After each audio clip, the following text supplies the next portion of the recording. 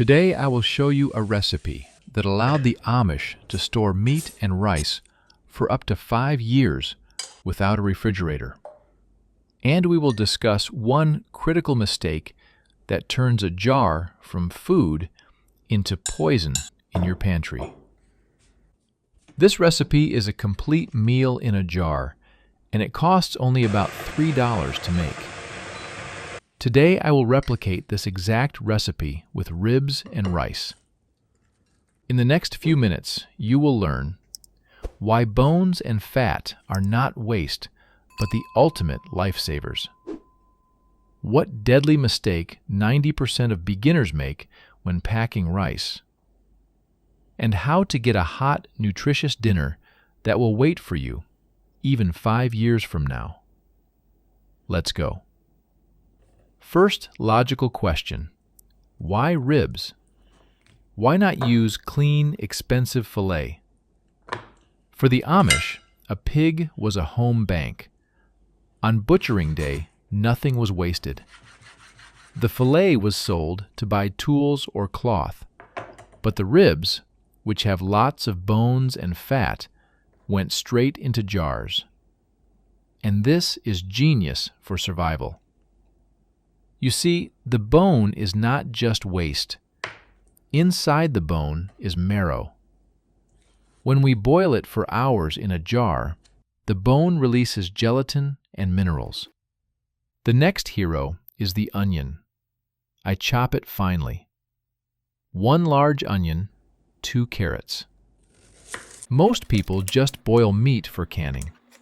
That is a mistake. Boiled meat is sad and gray. We want flavor. When onion hits hot oil, the sugar inside caramelizes. It turns brown and sweet.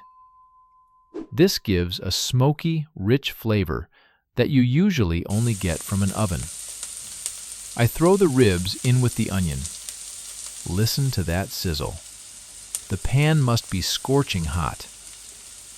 We don't need to stew the meat yet. We need a crust. This is the Maillard reaction. It locks the juices inside the meat fibers.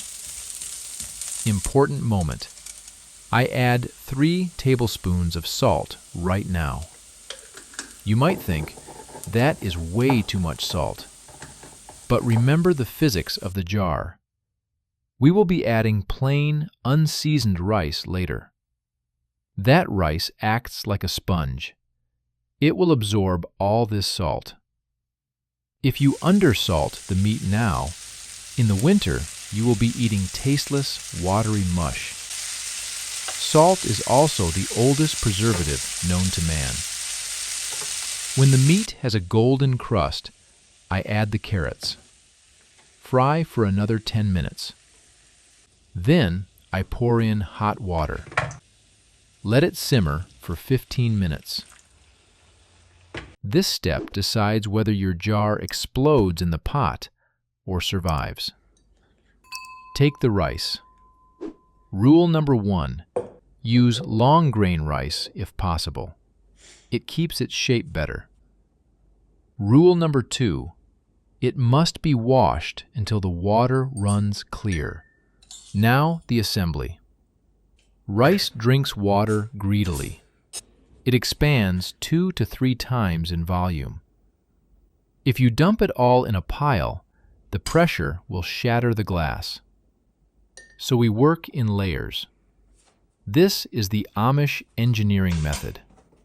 First layer, washed rice on the bottom, about 2 fingers thick. Second layer, our fried ribs with veggies. Pack it tight. Don't be afraid to press down hard. We want to remove air pockets. The hot fat will start dripping down, soaking the rice below. I always add the Amish secret ingredient: 1 teaspoon of vinegar in every jar. Why vinegar? 2 reasons. First, acid helps tenderize the meat fibers even more. Second, and most important, it is insurance. Vinegar raises the acidity level inside the jar. Botulism hates acid. Now, pour in the hot broth from the pan. Watch the level closely. Do not fill to the very top.